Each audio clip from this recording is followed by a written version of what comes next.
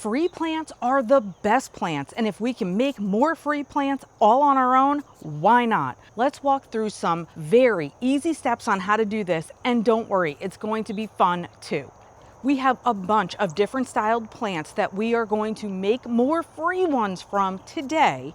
And then beyond the many examples that I have to show you, we're also going to talk about so many others that you can do the same thing with that maybe you didn't know you can do this with. Hi you guys, this is Nicole from My Carolina Garden.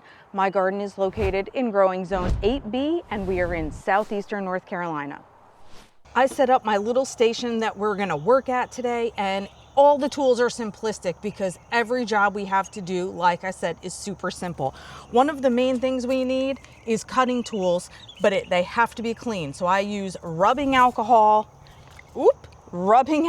clean all my tools first. That is very important because when we're taking these cuttings of plants, they are going to be sensitive little babies and we don't want any disease being carried through just because we use dirty tools. Let's jump into the first plant and see how easy everything is that we are going to be doing today.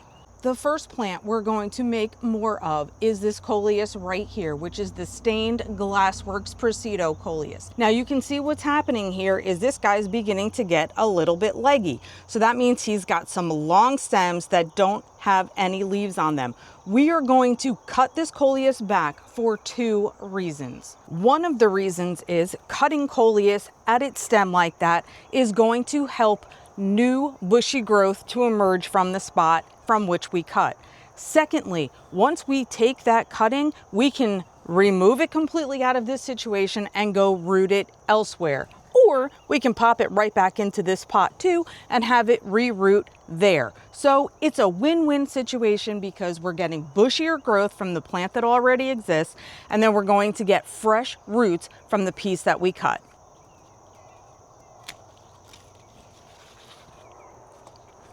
This is the cutting that I took. Now, what is important to note is you actually want to make your final cut below your leaf nodes. So your leaf nodes is just where your leaves are going to come out of, just like a spot that you can see right here with these little tiny baby leaves. I, however, want to cut off more of that stem. I'm going to choose the next set of leaf nodes up. So I've cut my stem just below the leaf nodes. Now I am going to actually pick the leaf nodes off, which is, in other words, wounding my stem here. And I'm doing that at the leaf node set above it as well. The new roots are going to emerge out of the leaf nodes that are wounded. So if I'm popping this into fresh soil or even water, because coleus will root either way, I have a chance of roots coming out of either spot. The other thing you want to do is cut off as many leaves as you're comfortable with. Some people take them all the way down to just one or leave even a half a leaf. I don't love to do that, so I'm going to leave a little trio in this case. We're now going to take this cutting and we are ready to root it. Don't mind this ivy blowing in our way here. Just for ease of the example here, I have taken two additional cuttings of the same exact coleus that I want to do the same thing with. Now I have this window box down here on the ground that already has potting soil in it.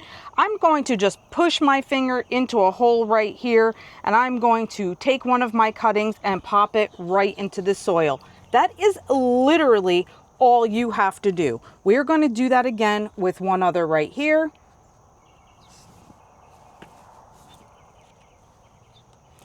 Now let me show you another alternative if you want to try that as well. Also super simple.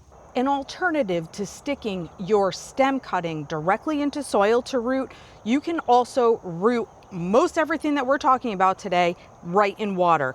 It's going to be the same premise. You are going to make sure that you have some leaf nodes that are open or wounded, pop them into here. You're going to watch roots emerge in like no time.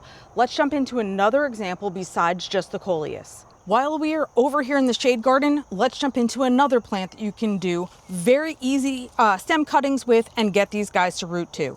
This one here is the English ivy. English ivy is a great grower. It stays evergreen in a lot of places. And just like with the coleus, if we take a stem cutting and then remove some of the bottom leaves, opening up some of the leaf nodes that are on it, we can root this baby right into soil or into water. And then the great thing after that is it can become a fabulous draper in one of your pot arrangements. Now my window box that's here in the middle has a lot of ivy growing out of it and it looks gorgeous.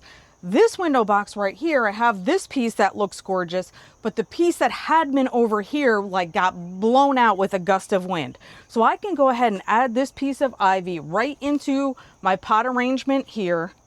It's going to look a little wonky right now because it isn't going to be draping. It's going to be standing straight up. But once gravity helps take its time and does its job, this piece of ivy is going to be facing down. Now, here's one of the things. When you are putting your cuttings directly into soil, you want to make sure that the soil is wet. Ideally, you're going to keep the soil wet as these new roots begin to form. Now, we're all human, so I understand that we may not really remember that we have these cuttings rooting over here. So I always suggest that you take more cuttings than you actually want or are necessary for your jobs and root a whole bunch of them, because in case you do lose some of them, it happens, then you have others to fall back on.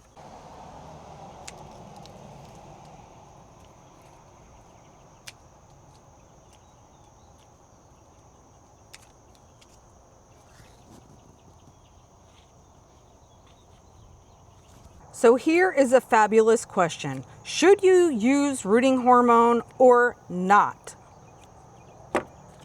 Rooting hormone is a little powder that comes in a container that's something like this. You may have heard people talk about it and they say you want to dip the end of your stem cutting into rooting hormone and then put it into the potting soil. The process is so simplistic, we're going to go over it right now. I'm going to take some of my rooting hormone and I am going to just sprinkle it right in, oops, I got a little on me, right into the bottom lid or the lid of my container here. I'm going to take the piece of coleus that I was just removing the leaves from. I'm going to make sure he's dipped in some fresh water. And then I'm going to rub the cutting around in the rooting hormone. The idea here is that my leaf nodes have the rooting hormone on it. And then I can just do the same thing as before.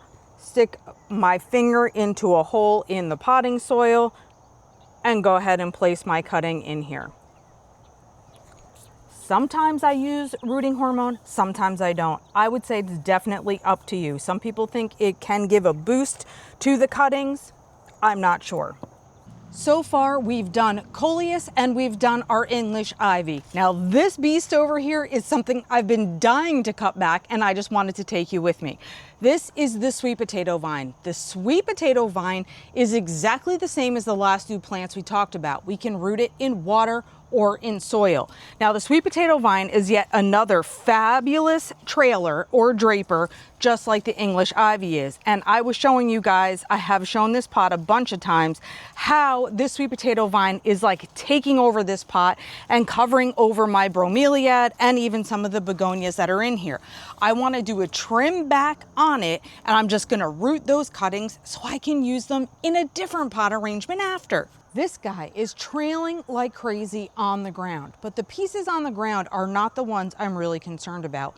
Instead, I'm going to make my cuttings closer up to the top where it's actually covering over some of my other plants.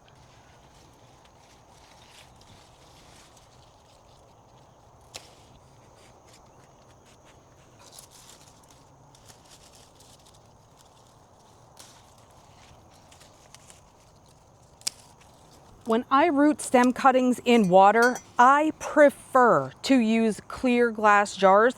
This way I can see when the roots are coming out. I am one of those people who likes to collect my spaghetti sauce jars and things like that, all for jobs just like these.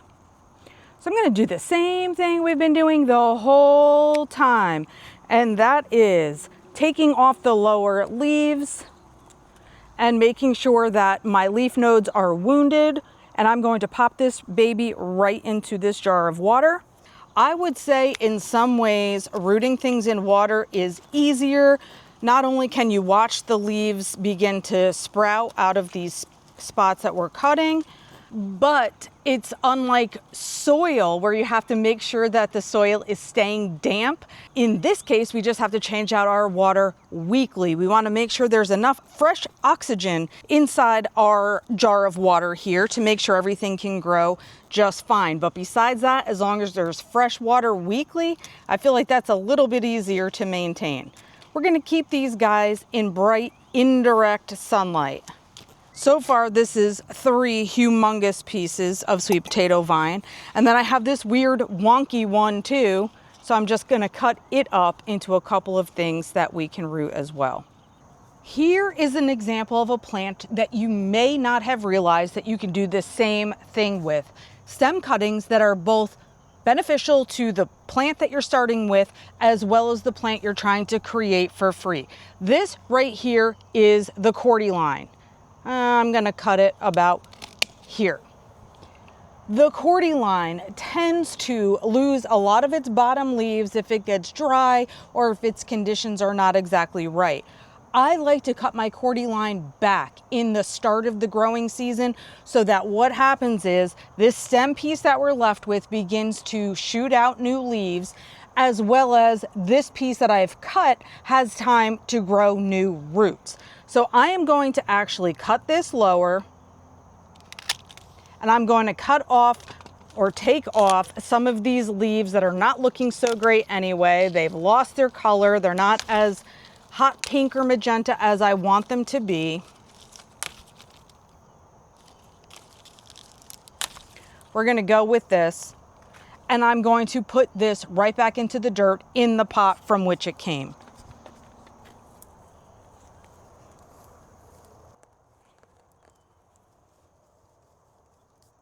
Right here is where we just were. And right here is where I have a pot of cordyline that I left outside for the winter, completely cut back the stems, and this is all fresh growth for this season. And then in another pot by my banana trees, I have more cordyline that I did the same thing to, and this is all fresh growth for this season.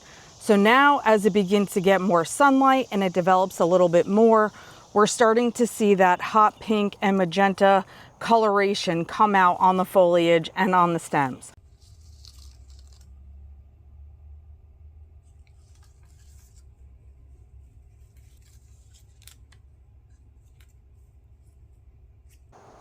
So far, everything we've cut in order to root, I have done in the past.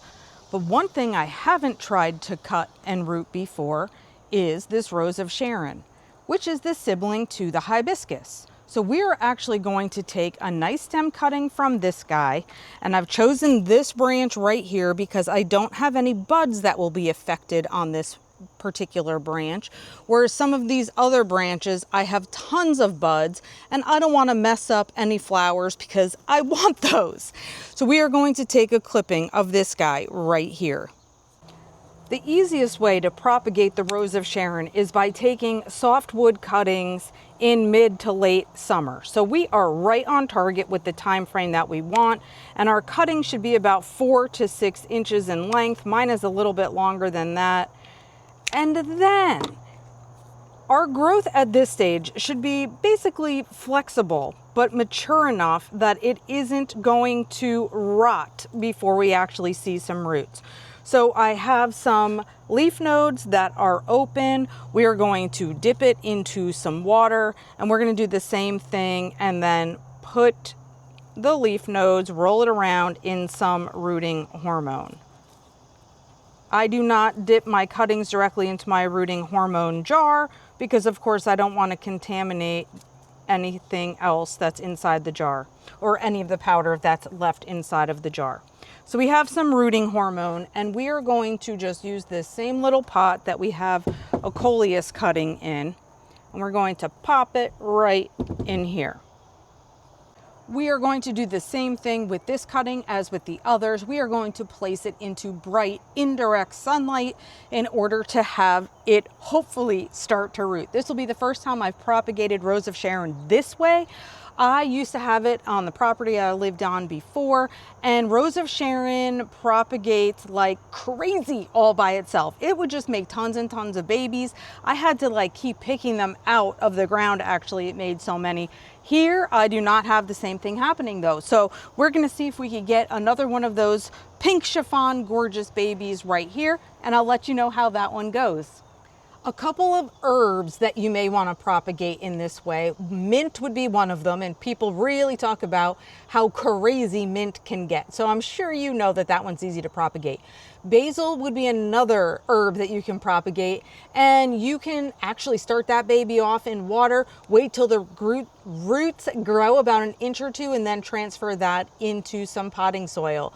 So those are two great things to try. You can also try some flowering perennials that can be propagated in this way. Salvia, if you take some fresh cuttings that are non-flowering in the early summer, which we're in, you can go ahead and root that guy in this way. A hydrangea, you can do the same thing. We're taking softwood cuttings from our hydrangea, and it is also easy to root. Now, some of the plants that I'm talking about, we can root them in other ways as well. Like with the hydrangea, if you take a branch of your hydrangea, lay it flat to the ground. So you're going to pick a branch as close to the ground as possible and just lay some soil over the top of that branch. It's actually going to form roots right there. We know other plants that do this same thing as well. But once those roots are established, you can then cut off the hydrangea branch from the parent plant and go ahead and move that hydrangea plant around. Now, a plant I have never tried rooting from cuttings like this would be the black-eyed Susans or the coneflowers, but I have read that you can do that with both. For me, like the black-eyed Susans are prolific spreaders on their own.